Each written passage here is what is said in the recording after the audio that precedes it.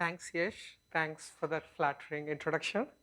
Um, so I'll continue exactly where Shrikant left off. Shrikant talked about having to use completely different techniques to analyze delay, and that's what I'm going to talk about in my part of the tutorial. Um, so most of what I'm going to talk about is joint work with, of course, Shrikant, and with my student Daniela, and with Shankang Mao, who is another student in ISYE at Georgia Tech. So stochastic processing networks arise in a variety of contexts. So these are systems where there are a bunch of resources. These resources could be wireless transmitters, or they could be cloud computing servers, or they could be cars. And then jobs come into these systems. These could be like packets that need to be transmitted, or virtual machines that need to be served, or riders that need to be dropped off somewhere. And in particular, in his talk, Shrikant talked about wireless networks, he talked about data centers, cloud computing, he alluded to transportation systems and call centers. And most of these systems, and we are interested in developing algorithms to allocate these resources to the jobs. And we are interested in metrics such as throughput, delay, queuing, queue lengths, and so on. And so far, so let's actually talk about the metrics that we are usually interested in. So one is throughput. And to talk about throughput, one usually considers the problem at hand and defines what is called the capacity region. And typically, capacity region for these systems looks something like this. So in the wireless example that Shrikant talked about, you can think of this as the arrival rate of user 1, and this is the arrival rate of user 2. And I want to find out what are the set of rates of users under which I can stabilize the system. So Shrikant talked about a setting where you have a utility function for each user, and you want to maximize the total utility function. I'm thinking of a setting where I can't change the user's arrival rates. Users are sending the packets, but I want to figure out what are the set of arrival rates under which I can stabilize the system. Then to understand things like this, we can use the framework that Shrikant talked about, but instead of the utility functions, I just put zeros. So instead of solving an optimization problem, I solve a fake optimization problem. And then I not only understand what the capacity region is, I can come up with the algorithms that achieve, that are stable in all of this capacity region. And typically, we get MAXWEIGHT or backpressure kind of algorithms in these settings. So Shrikant talked about the optimization and dual descent framework and how that gives MAXWEIGHT and backpressure. So once you do this, then you understand the capacity region, and you also show that these algorithms that you come up with are throughput optimal, which means if someone gives you any arrival rate that is inside the capacity region, your system is stable. And if arrival rates are outside the capacity region, your system is unstable, but no matter what algorithm you use, it's going to be unstable. And what do I mean by stability? What I mean by stability is that the underlying queue lengths should not go to infinity. Or more precisely, that they're positive recurrent. The underlying Markov chain is positive recurrent. But in all of this, I'm not talking about delays. So one way of thinking about this is as follows. So let's say you're Google, and you build your data center network, let's say, and then you spent hundreds of millions of dollars to build this data center network, and then you want to figure out what is the maximum rate at which you can pump packets through the network. And that's what maximizing throughput is. But in reality, what Google wants to optimize for may not be just throughput alone. It's like when I open my Gmail or when I search for some term on Google, I don't want to wait. I want results instantaneously. So a second metric that one is interested in is delay. And just talking about throughput will not give anything about delay. For example, consider the following dumb policy. So I have some system. Whenever there is an arrival, I make the customer wait for, I don't know, 2 months before I serve him. The system will be throughput optimal because I'm just quarantining all my customers for a long time and then eventually serving them, but then the delay is large. So I also want to minimize delay while maximizing throughput. So in this part of the tutorial, I'm going to focus on a setting where there is an arrival rate inside the capacity region that's given to you, and jobs arrive according to this arrival rate, and I want to get a handle on the delay. So one could think of mean delay, the average delay, or one could think of the tail probabilities. So what is the delay experienced by the 99th percentile customer? and understanding tails is equivalent to understanding moments or the distribution of delay. And turns out in many of the systems that we're going to look at, instead of directly studying delay, studying queue lengths is easier, and many a time studying queue lengths will also very easily give bounds and delays. So based on everything that we talked so far, it's natural that we'll be dealing with queues with a given arrival rate lambda and a given capacity mu. So if there is a single queue with the Poisson arrivals, exponential service time, MM1 queue, pretty much anything that we want to know about it is known. But if I change this model a little bit by having queues that interfere, like in the case of wireless networks, or queues that sit in the matrix, like in the case of data center network, then things become very complicated. It's very hard to analyze the queuing performance. In fact, this is a fundamental challenge in queuing theory. As long as you have a single queue, you can answer pretty much everything that you want to know about it. But even if there are two queues, you cannot answer. There are no closed form expressions for things like queue length, delay, and so on. So given this limitation, it's natural to study queuing systems or stochastic processing networks in various asymptotic regimes. And one such regime that has been well studied is what is called as heavy traffic regime. I have absolutely no idea what city this is. I don't think this is Atlanta. So we don't have any traffic issues at all in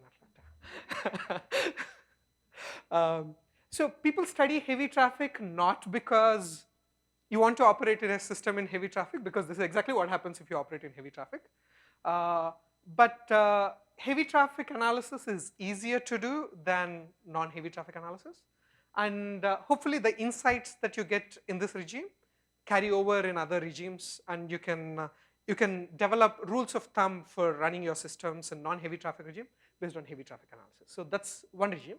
A second regime that that's also well studied is the mean field regime, or the large server regime, where instead of looking at a system with n servers, you consider a system where n is going to infinity. And these days, as the size of our data centers is increasing, this the mean field regime has become more and more relevant. So in this talk, I'll primarily focus on heavy traffic regime. Okay, so what I'm going to do is, since this is a tutorial, I'll start with the simplest possible stochastic processing network one can think of, which is a single server queue. And in this system, I'm going to talk about two techniques. One is what we call as drift method, and the second one is what we call as transform methods. And I'll show you how we can get heavy traffic results in a single server queue using both of these methods. And then after that, I'm going to generalize to more interesting stochastic processing networks. Okay, so what is a single server queue? I'm going to talk about queues in discrete time as opposed to MM1 or GG1 queues, which you may have seen, which operate in continuous time. And this is, most of what I do here can be, is applicable in a continuous time queue as well, but I'm not going to talk about the connection today. So I have a server, and there's a waiting area where customers arrive and they wait to be served. And I have a discrete time system, and the number of customers that arrive in every time slot is random, and I assume it is IID, and it has mean lambda and variance sigma a square. And these customers come and wait, and they're served by this server, and the number of customers this server can serve in each time slot is again assumed to be random, and I denote it by sk in time slot k, and it has mean mu and variance sigma s square. And how does this queue length is the total number of people in the system. And how does the queue length evolve?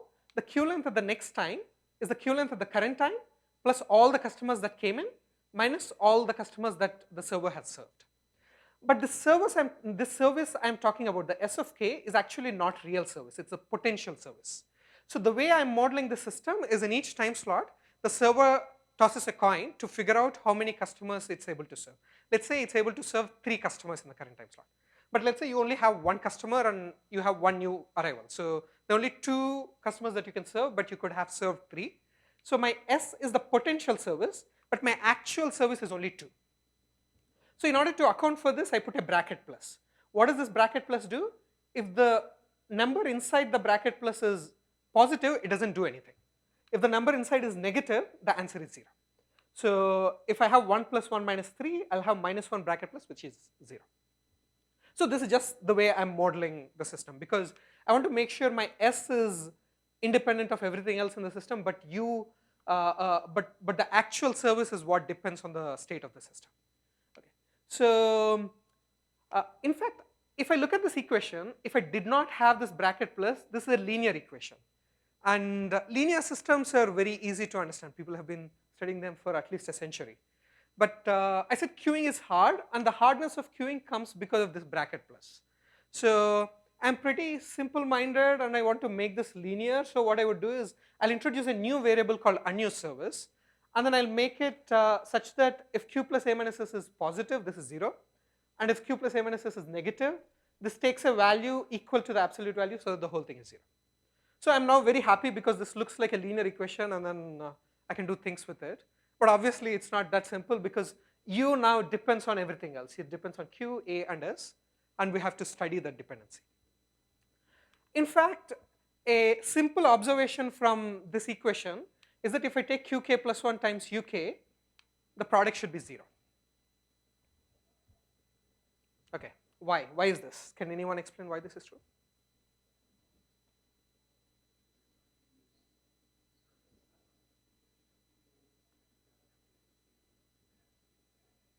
Exactly. So if unused service is 0, 0 times anything is 0, so I'm good.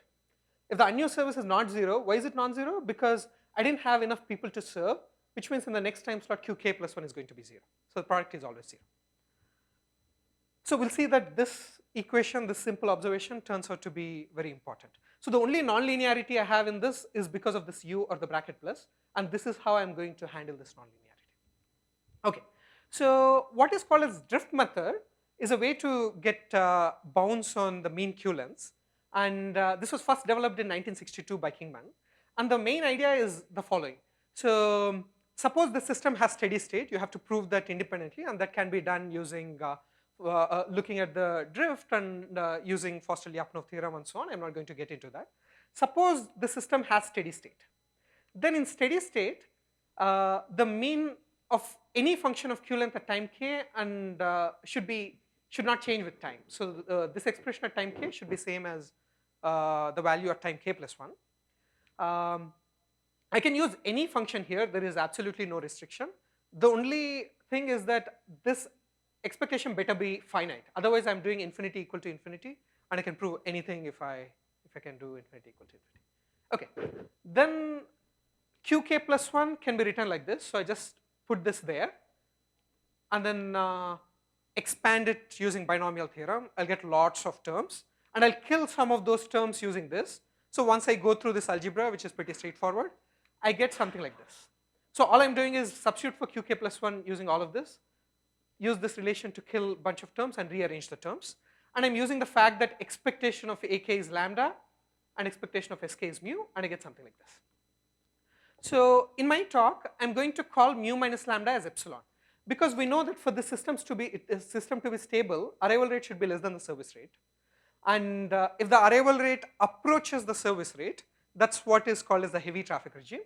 And the difference is what I denote by epsilon, and that's a heavy traffic parameter. So let's not worry too much about the second term, because it can be very easily bounded by a constant. So if you look at the first term, what this is saying is that as epsilon approaches 0, the mean Q length in steady state is going to infinity. So Srikanth talked about this trade-off between the utilities and the Q length. So you see something like that here. And this is fundamental to queuing theory. Whenever you approach heavy traffic, the Q lengths do go to infinity. That's why we have traffic jams. That's the reason why they had to have bathroom breaks in the call centers.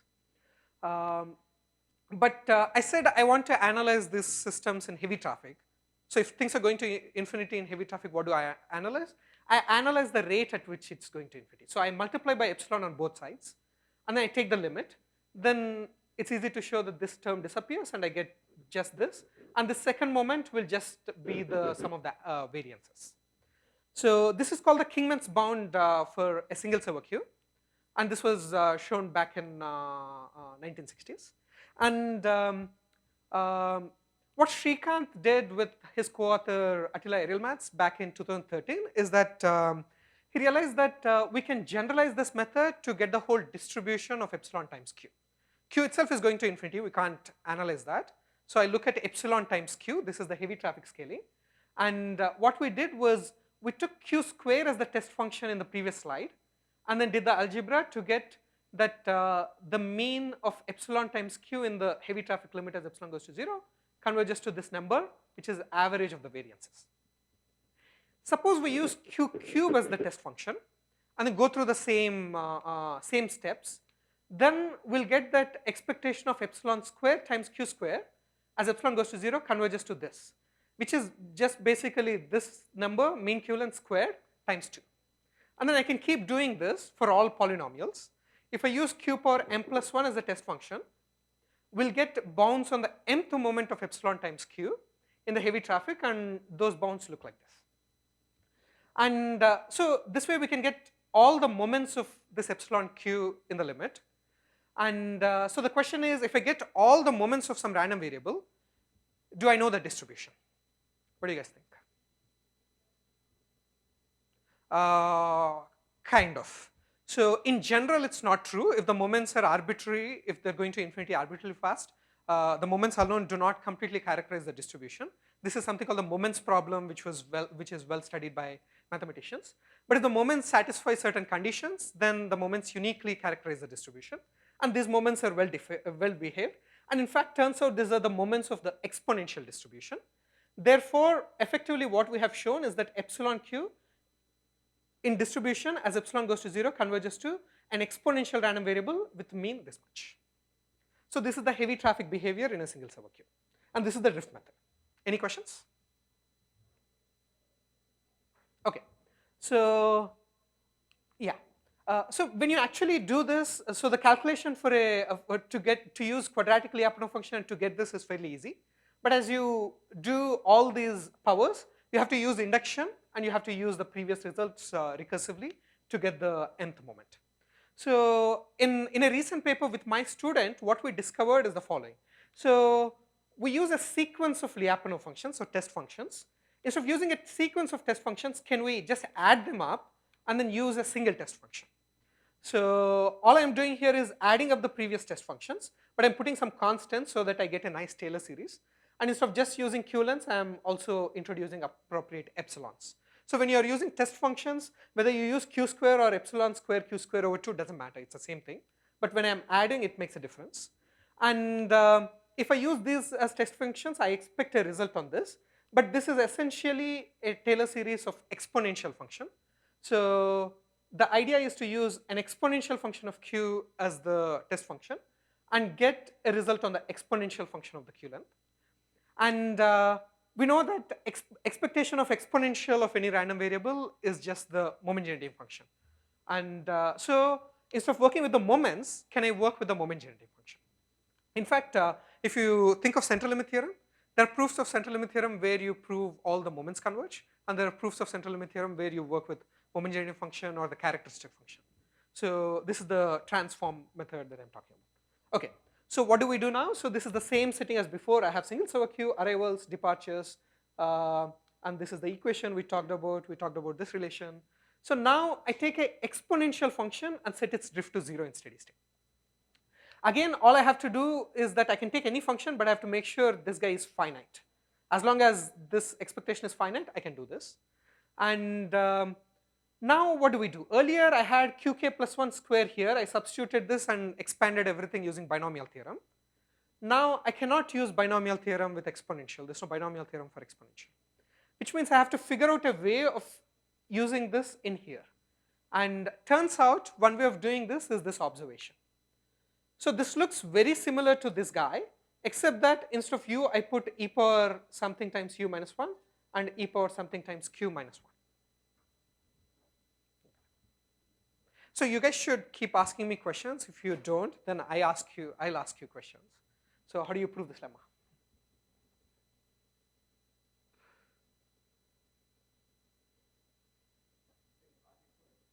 Yeah, exactly the same idea. So the main observation is if you consider the function e power x minus 1, It's 0 if and only if x equal to 0. So if u is 0, this guy is 0, so the product is 0, there's nothing to do. If u is non-zero, that's if this term is non-zero, that's only because u is non-zero, because there's only one root for this expression. And if u is non-zero, then we know qk plus 1 is 0, so the product is 0. So this is one line proof. And then once we use this, then I can multiply this and then, so actually the exponents here could be any constants, but I cleverly picked a minus here so that I can get qk plus 1 minus uk, and I can do some, then I got rid of uk here by using this. Anyway, so once you expand this and put expectations on both sides, then using the relation that we are in steady state, I drop the plus 1, and arrival and service are independent of the Q length. All the dependency is in the unused service, but the service is independent of Q length. Then by simple algebra, I get this. Now all I have to do is take the limit as epsilon goes to 0 on both sides, and then I get the limiting distribution of epsilon q. But on this side, if I take epsilon goes to 0, I'll get a 0 by 0 form. So I'll just expand it in Taylor series. For the numerator, I just use first order term. Here I use first and second order terms, and then after some simplification, I get this as the answer. So expectation of e power theta epsilon q as epsilon goes to 0 converges to this, and turns out this is the moment generating function of exponential random variable. So if I want to show convergence in distribution, an equivalent way is to just show that the moment generating functions converge, and so we reproduce the same result. Okay, good. A quick comment about transform techniques. So to use this, the main idea is the following. First, I show that the Markov chain is positive recurrent, so that expectation in steady state exists. And then all I have to do is set the drift of an appropriately chosen exponential function to 0 in steady state. What I have done in this, what I've shown you is to use moment generating function. But to use this, I have to first show that this moment generating function exists, that it is finite. And this moment generating function is nothing but the two-sided Laplace transform of the distribution. But there are other transforms one can use. We can use characteristic function, which is the Fourier transform, or we can use one-sided Laplace transform. The advantages of using characteristic function is that it always exists. You don't have to worry about existence, but the disadvantage is you have to work with complex numbers. And since Q lengths are non-negative, it's sufficient to use one-sided Laplace transform. So theta need not take positive or negative values. You just restrict to theta less than 0. And since Q is positive and theta is negative, this is always upper bounded by 1, and so it always exists. So you can use other transform techniques basically. And I also want to point out that even though I was stressing only the heavy traffic limit as epsilon goes to 0, what we actually get, if you think about the Kingman's bound that I showed at the beginning, we actually get lower and upper bounds that are true for all epsilon. All I did was I multiplied by epsilon to get an exact answer. I didn't like this b. But for any finite epsilon, I get lower and upper bounds that are true, which means we get rates of convergence and not just convergence. And similarly, we can get rates of convergence for the moment generating functions, but translating them onto rates of convergence of the distributions is ongoing work. And to illustrate the power of this method, I want to show one or two generalizations.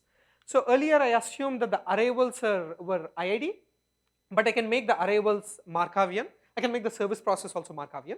And I still assume that the mean arrival is smaller than the mean service, so that I have stability. And I can again look at the heavy traffic behavior.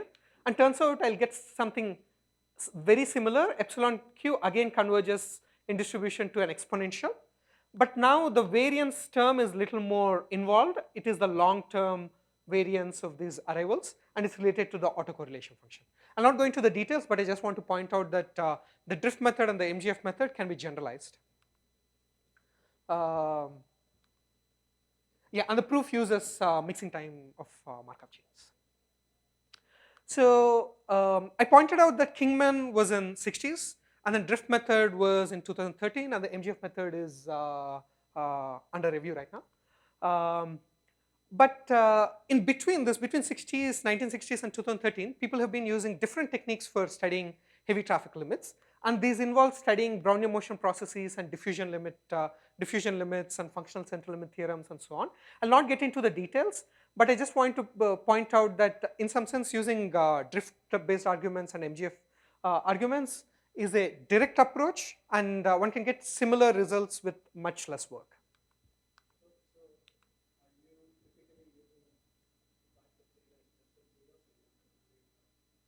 At least in our paper, we actually just worked with moment generating function, and we showed that it exists for some interval around 0. But after we wrote the paper, we realized that we didn't have to do that. Yeah. Then you don't have to do that, yeah.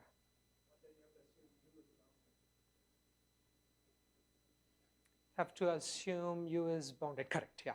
You have to, so when theta is less than 0, the transform exists. But when we use the Taylor series to expand the transform in Taylor series. Sorry?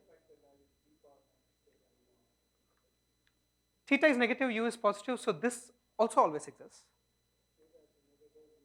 Oh, sorry, when theta is negative, I'll just put a plus here. Oh, I see. Yeah, actually in our paper, we assume U is bounded. Yes. I see what you're saying. Right. We do assume U is bounded. Yeah. Thanks.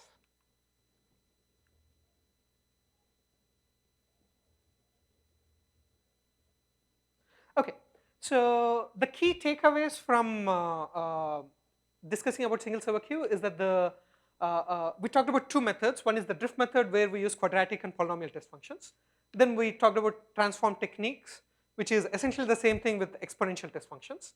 And the key takeaway is that this equation turns out to be very important, and we can generalize, if we want to work with exponential test functions, we can generalize it this way.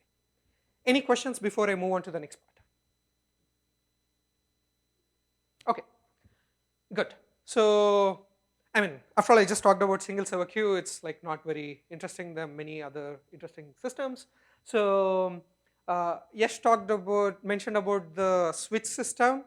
I'm not sure if I'll get to that, but at least I want to convey the main ideas. So before going to the switch system, I'll first talk about the load balancing system. So here the problem is that you have a bunch of servers. Think of it as a supermarket checkout system. Each server has its own queue, and there are a bunch of arrivals that are coming in. Again, I'm assuming IID arrivals, IID service. Service is independent across the servers. And when each customer comes, the customer has to be sent to one of the queues, and they wait there for their service. In a real supermarket, if you're waiting in a queue and another server becomes empty, you just switch. Here, that's not allowed. And the question is, how would you do this? So any ideas? What algorithm would you use to send these arrivals to different queues? So turns out we can actually use the optimization framework that Srikanth talked about in the previous part, and we can do the dual descent, and we can get a MAXWEIGHT like algorithm. And the algorithm that we get here is, surprise, join the shortest queue, which you would have guessed, yeah. So here I'm thinking of just throughput maximization. So if I use Srikanth's technique, I would just, in the optimization problem, I would put a fake objective of 0. I want to make sure that as long as lambda is less than the sum of these arrival rates, these service rates, I'm stable, that's all. Okay, so we do join the shortest queue policy. So each customer comes, he looks at the queue lengths at all the servers and joins the server with the shortest queue. And we can show that it maximizes throughput. But then, like I pointed out, in this part of the tutorial, we are interested in queue length bounds, delay bounds. So the question is, can I get queue length bounds? And again, it can be shown that join the shortest queue is the optimal policy. It minimizes the queue lengths among all possible policies that don't know the workload. But getting queue lengths bounds on the queue lengths or delays is much harder. And so we are interested in looking at these queue lengths and heavy traffic. Okay, so if I write down the queue length equations for each of the queues, for each queue, instead of, I have a bunch of queues now, so I index them by I. And for each queue, I have the same equation as before. And for each queue, qk plus 1 times uk is 0. But if I take the first queue and then I take the unused service of the second queue, this product need not be 0. Turns out this is something we'll have to handle. This will be the major challenge, and we'll see how we handle that.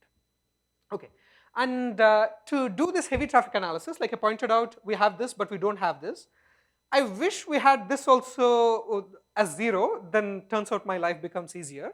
And turns out if I use join the shortest queue, then there is a phenomenon called state space collapse. So what is state space collapse? So firstly, let's talk about what the heavy traffic regime here is. So lambda is the arrival rate. The capacity of this system is sum of all the service rates. And for stability, lambda should be less than the sum of all the service rates. And this difference is my heavy traffic parameter epsilon. And I'm making this epsilon go to 0. And if I look at the state of this Markov chain, it's the vector of all the q-lengths. And this vector of all the q-lengths lives in n-dimensional space. So if n equal to 2, it looks something like this. So the q-length vector could be somewhere like this. And this line is when all the q-lengths are equal. And what I'll do is I'll project this q-length vector onto this line and call it q parallel. And the projection is going to look like this. It's just one vector times average of all the q-lengths. And this is the q perp. So what we can show is that all the moments of q perp are upper bounded by constants, and these constants don't have epsilons in it. So what is this saying? So to put it simply, what this is saying is that in the heavy traffic limit, all the q-lengths are becoming equal. Why is this? Because we saw that in a single server queue, as epsilon goes to 0, the q-lengths are going to infinity, and there's nothing you can do about it. But here, the sum of the q-lengths is going to infinity as epsilon goes to 0. But this is just the sum of the q-length. The norm of this vector is sum of the q-lengths divided by n. The constant doesn't matter. Whereas this q perp, on the other hand, is bounded by constants that don't depend on epsilon. Which means as epsilon goes to 0, the parallel guy is becoming larger and larger, but perp is bounded, which means q is essentially along this line. And this is the line where all the components are equal. So essentially, once this is proved, we have established that the q-lengths become equal. And this is called state space collapse. And once we have state space collapse, we'll see that if I take sum of all the queues at the next time slot and sum of all the unused services, this product will be 0. Why is this? If I expand this, I'll get qi times ui terms, which are 0 by definition. But the cross terms were pesky terms. We didn't know how to deal with them. But qi is approximately qj because of state space collapse. Therefore, this term also is 0. I mean, this is hand-wavy explanation, but this can be made formal. So now what we see is that earlier in a single server queue, we had qk plus 1 times uk is 0. Now the sum of the queues is behaving like a single server queue. So what we'll do is that, this can be made formal. So we want an exponential version of this equation. So this is the non-exponential version. So the exponential version turns out is just same as before. You do e power theta epsilon sum of the q's, e power theta epsilon sum of the u's. And then instead of 0, now I'll have some small dependence on epsilon square, but that doesn't matter. Okay, so what we'll do next is earlier, so this is the, on the left hand side, we have single server queue, which we went through earlier. This is what happens in the join the shortest queue system.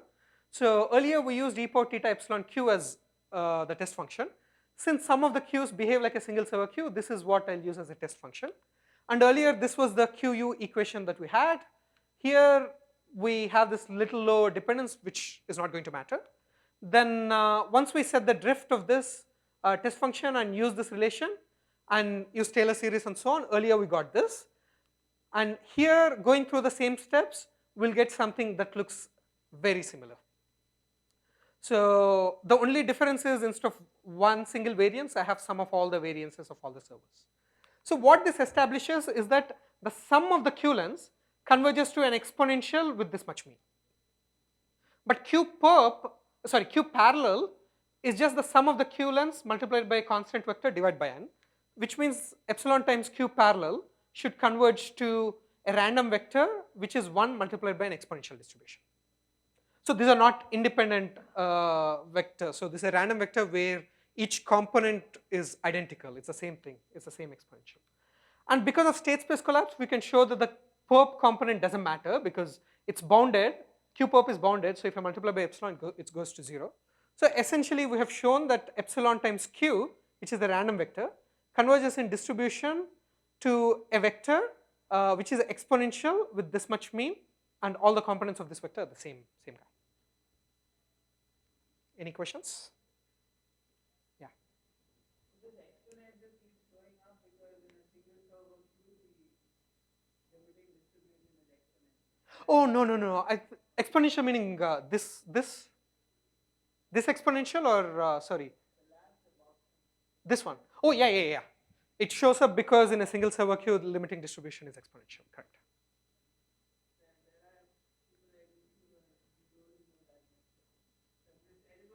Oh, I see. Okay, so what did we do here? So we started with a single server queue, and then I showed that in the limiting, in the heavy traffic limit, the queue length behaves like the queue length distribution is exponential. Then I looked at a more involved system like join the shortest queue, and then showed that it behaves like a single server queue. Therefore, it's not surprising that we again get exponential here. And turns out there are many systems which have this behavior, and such systems are said to exhibit complete resource pooling. So basically, we have this join shortest queue load balancing system, and it's behaving as if you have a giant server where all the services are combined, and you have all the arrivals going into this, and the queue length is sum of all the queues, and this is behaving like a single server queue. Therefore, we expect exponential distribution. And turns out there are many other systems which also have this kind of behavior. So the wireless network that Srikanth talked about in his part of the tutorial also has this behavior under certain conditions. And you can study the wireless network under something called fading, where the channel state is changing, and that has a similar behavior. And all these systems are said to exhibit complete resource pooling. And pretty much any system that exhibits complete resource pooling behaves like a single server queue, and the limiting distribution will be exponential. So key takeaways from this part are that in a single server queue, we saw that the main equation was this, and then that generalizes into something like this. And the exponential form of this equation for single server queue looked like this. And we have something very similar for a load balancing system or for any of these other systems that exhibit complete resource pooling. So in this part, even though I mainly focused on using transform techniques, using exponential test functions, we can use the drift method by using polynomial test functions, and we'll get the same results. Okay, so then what about systems? Do all systems behave like single server queues? No, that's too good to be true. Turns out there are systems that don't behave like single server queues in heavy traffic, and studying them is challenging because I think if you rewind 5 years ago or something, pretty much most of the heavy traffic analysis was of this flavor. We show that there is a one-dimensional state space collapse, it behaves like a single server queue, therefore the answer is exponential. But if it is not like a single server queue, then we don't know what to do. And one example of a system which does not have that one-dimensional state space collapse is the input queued switch, which Srikanth talked about, Srikanth introduced, and Yash was also referring to this. I think I'll skip the motivation because I'm running out of time. I want to convey the main idea. So Srikanth introduced the model. So I can think of the switch as a matrix of queues. And so this is a switch where there are inputs and there are outputs, and computers are connected to both inputs and outputs. The inputs correspond to the rows, outputs correspond to the columns. And each computer on the input can talk to only one guy on the other side. And each computer on the output can receive packets only from one guy on the input side. So this means in each row, at most one queue can be active. In each column, at most one queue can be active. And which means the maximal schedules are permutation matrices. So now the problem is that I have this matrix of queues. Into each queue in this matrix, I have arrivals coming according to an IID process. And the arrivals across the queues are independent. And in each time slot, I have to pick a permutation matrix. And how do I do that?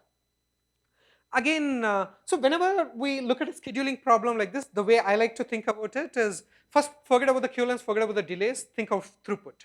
And to think of throughput, I think of the dual descent framework that Srikanth talked about with no objective. And then go through the framework, and I usually get a MAXWEIGHT like algorithm. And the algorithm here is indeed MAXWEIGHT. Srikanth mentioned that. So to see MAXWEIGHT in action, it looks like this. Let's say the current queue lengths are like this. Then this is a 3 by 3 matrix or 3 by 3 bipartite graph. So there are 3 factorial permutations or matchings. These are all the 3 factorial matchings. I calculate the weight of each matching or permutation. So what is the weight of this matching? It's just the sum of the q lengths included in that matching. So here I have this diagonal q. So 5, 1, and 2. So that's weight 8. Similarly, I calculate weight of all these matchings, and I pick the one with the maximum and schedule those particular queues. Okay. Okay. To illustrate it, I have shown all the n factorial matchings, but you would not implement it like this. The complexity of finding a max weight bipartite graph, bipartite matching is only n power 2.5. So this is doable in practice, and this is the algorithm that I get, and it can be shown that this maximizes throughput, and so to understand that, we need to go back to understand what the capacity region of the system is. So remember, capacity region means that, so I have arrival rate into each of the queues. I have n square arrival rates. So I put all these n square rates into a vector, and then I ask what values can this vector take.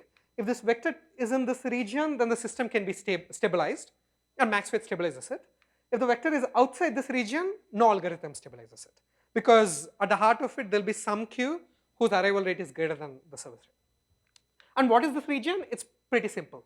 The total arrival rate into each row should be less than 1, because in each row I'm serving at most 1 queue in each time slot. So I'm serving at most 1 packet.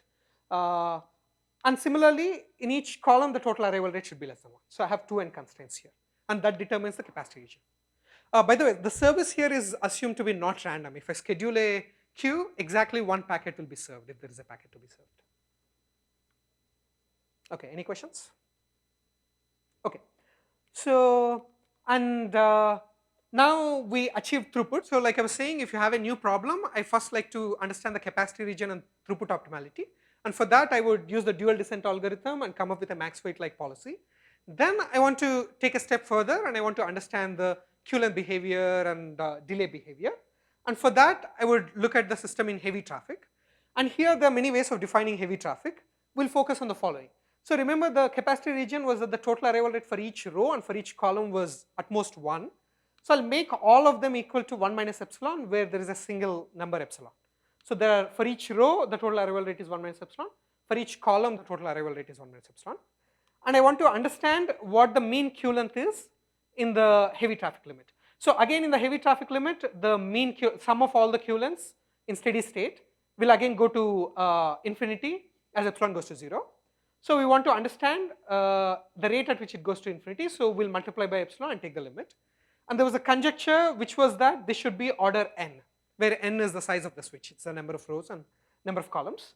And we proved this conjecture. So let me first state the result in a special case.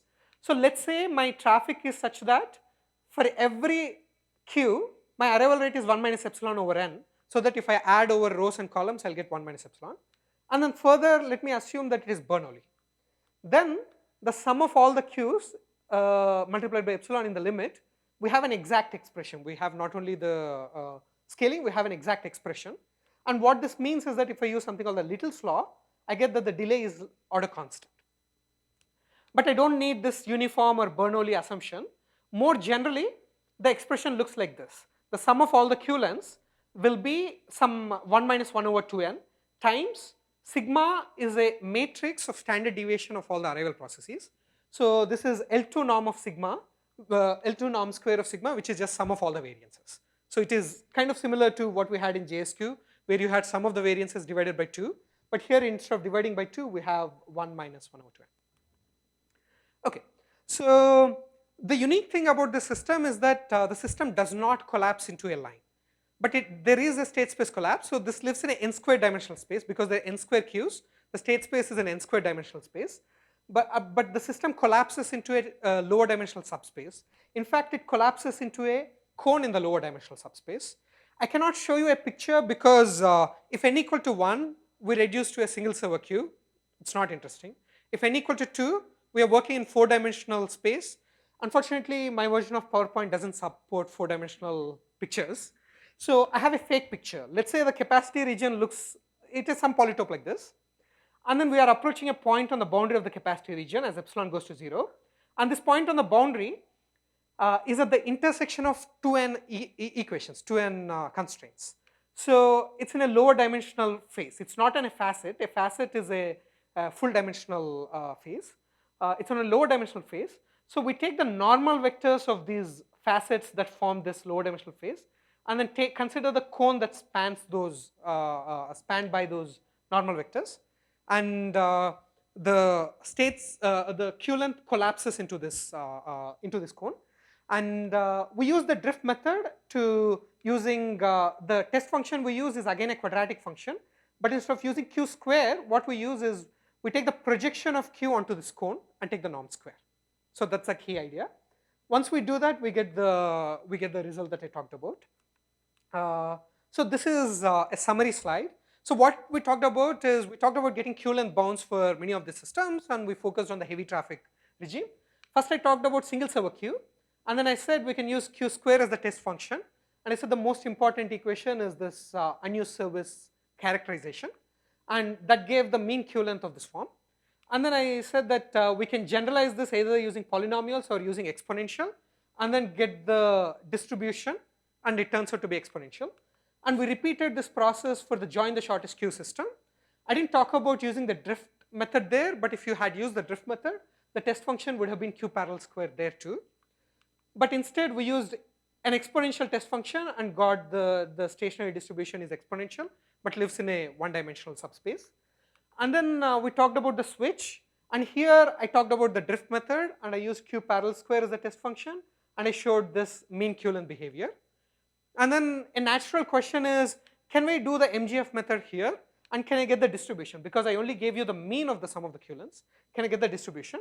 And this is actually still an open problem, and this is ongoing work. I'll stop there.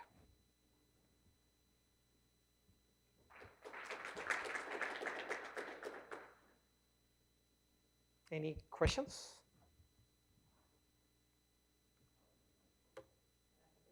Yes. So for low balancing systems, the rho goes to 1 and the number of servers slowly increases to infinity. Good. Do we still observe the stage fixed?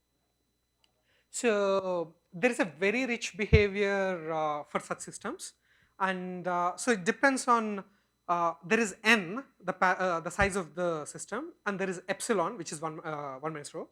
And what I was talking about is n is fixed and epsilon going to 0. You want to make both of them go to 0 and infinity simultaneously, right? Then it depends on the rate at which they go simultaneously. Suppose, let's say, epsilon is n power minus alpha, where alpha is some number. If alpha is half, that's called as half infinite regime. And so there is a phase transition behavior. So if alpha is large enough, the behavior is exactly what I talked about. So we are actually writing up this result. We're going to submit it soon.